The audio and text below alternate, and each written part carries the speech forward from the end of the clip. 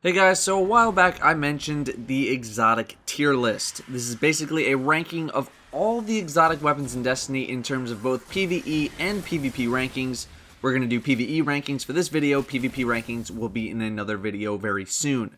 The rankings are based on the weapon's own merit, basically how good of a weapon it is, while also being based on other options available and based on the current content available. So the list is also based on how well it performs in level 30 heroics and Crota's End. The possible rankings are going to be S tier, then A tier, then B tier, then below B tier, with some in-between rankings as well. S tier means it is the best of the best, just within the realm of not being overpowered, with below B tier being junk. We're going to start with weapons that are in the S tier for PvE and work our way down. In the S tier, the weapons are Hawkmoon, Yallarhorn, Vex Mythoclast, and Icebreaker. These weapons go above and beyond in terms of their power. Hawkmoon is, in my opinion, the best weapon in the game with its very high impact and large magazine. Yallarhorn's strength comes with its bonuses. Tracking gives you peace of mind when firing in PvE, and the Wolfpack rounds are essentially another rocket's worth of damage, basically giving you 2 rockets of damage for every 1 rocket fired. Not only that, but the Wolfpack rounds track as well. In fact, do not be the least bit surprised if Yallarhorn is nerfed, because it is just way too good right now in PvE. The Vex Mythoclast right now is amazing in Crota's End for killing waves of Thrall and Acolytes. They go down incredibly easy, and you're typically not fighting them from very far distances. As for whether or not you'll be able to upgrade it to 331, since it's at 323 right now, I don't know if it'll be possible to upgrade to 331. I honestly think Bungie should just bump everyone's Mythoclast up to 331 in a patch, since it's only an 8 attack boost. It wouldn't shock me though if Mythoclast started to fade away in the next expansion, unlike potentially the other exotics which may continue on. Finally, Icebreaker is here due to its utility in Crota's End and its very high power. Now, if you watched my Patience and Time versus Icebreaker comparison, you'll have seen that I ranked Patience and Time better overall than Icebreaker. However, I've become more fond of Icebreaker due to Crota's End. Icebreaker is literally the perfect weapon for the Crota encounter because the encounter is set up in a way that you can use the weapon the way it was intended to be used. Pop a few shots, then go back to what you were doing, and then by the time you need the weapon again, it's fully recharged. Not to mention that if you are the person watching the Boomer Knights in that fight, you don't have as much time to search for ammo, making the regeneration invaluable. Moving down the list, I have some weapons in the A+ tier list, meaning I don't think they're super god mode weapons, but I think they do better than other weapons that I feel belong in the A tier section, and or arguments can be made for their placement in the S tier. Those weapons are Plan C, Thorn, and Thunderlord. Plan C is just a very, very good fusion rifle, and being able to attack from ranges farther than other fusion rifles is great. However, the thing with all fusion rifles is that it really helps if you're attacking targets with the proper shields. You don't normally want to be taking out low tier enemies like dregs or goblins with it. Thorn got some great buffs as well, and its utility has skyrocketed since the buffs. The damage over time does 4 times the amount of damage that it used to, its impact is really good, and it prevents enemies from regenerating shields. I talked extensively about all the exotic hand cannons in this video if you're looking for more discussion on something like Thorn. I don't think it's enough to push it into the S tier, but you could definitely make arguments for it, and personally, I do think I am undervaluing this weapon.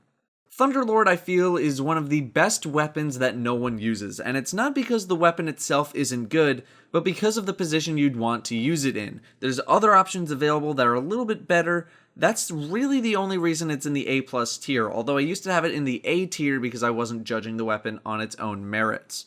Moving to A tier weapons, these are the weapons that are very good at what they do. Those are the Suros, Truth, Mida Multi-Tool, Patience and Time, and I think Bad Juju just barely sneaks in. I wasn't the hugest fan of Suros when I compared it to the Hawkmoon for PvE, but it is one of the hardest hitting auto rifles out there with great bonuses. Truth is also a serviceable rocket launcher because it's gonna do the thing that you ask it to do. Hit your target and hit it hard. Bad Juju got some buffs to its maximum ammo capacity, and String of Curses also got a bonus where every kill reduces the cooldown of your super.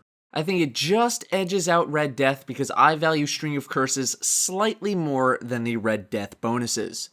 The Might of Multitool is in the A tier because it does have lower impact compared to its legendary counterparts, but it is still a great weapon with its ability to stagger targets a lot easier than other weapons.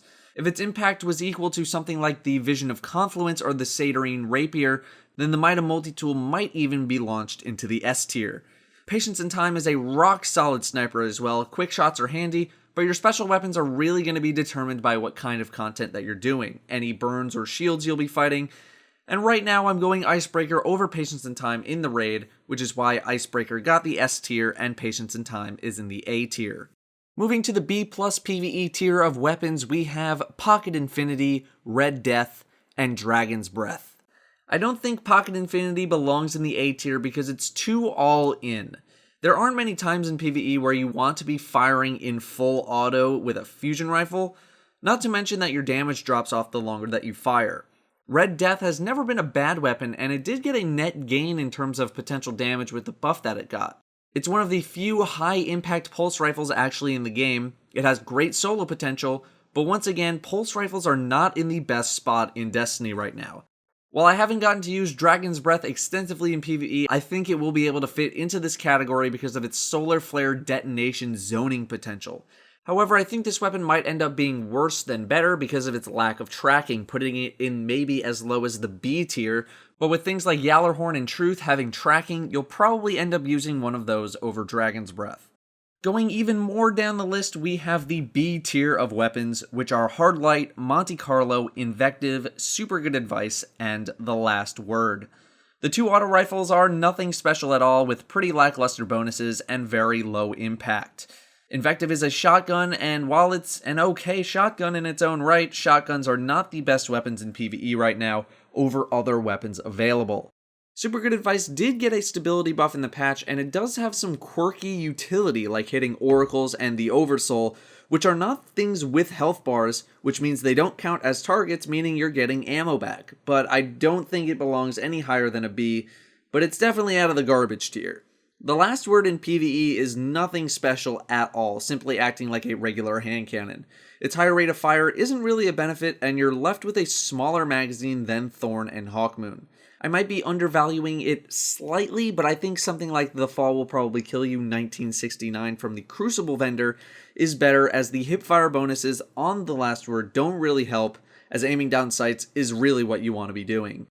Finally, in the below B tier, we have Universal Remote, The Fourth Horseman, and No Land Beyond. Funny how two of the three weapons are the special in the primary slot style of weapons. I thought it was a cool idea, maybe it seemed like a cool idea on paper, but in the end, it's really just not working out. If these weapons were actually in the special slot, they'd be great, or at least better than where they are in the primary slot, but alas, they are not, and with such limited ammo, they run into more problems than they end up solving. No Land Beyond would probably be somewhat of a top-tier weapon if it were able to be used in the special slot, but being in the primary slot makes it crap at best. The Fourth Horseman was an interesting weapon back when its bonus used to be, this weapon fires all 4 barrels at once, but that bonus never made it to release, instead being replaced with full auto fire, although that bonus wasn't really going to be great for PvE anyway. The Fourth Horseman has terrible impact, even worse range, and very, very slow reloads, although some of the highest stability I've ever seen on a shotgun. Shotguns are not good in PvE right now anyway, so you can store this one in the bank until it gets buffed, which hopefully it will soon. Anyway guys, that is your PvE exotic weapon tier list. Like I've been saying, I think arguments can be made for a lot of these weapons going up or down half of a tier. Obviously some people are going to have some personal bias. I know I definitely had some personal bias in here. I tried to limit it as much as I could. I'll have the PvP list for all of you very, very soon. Thank you very much for watching, and I will see you next time.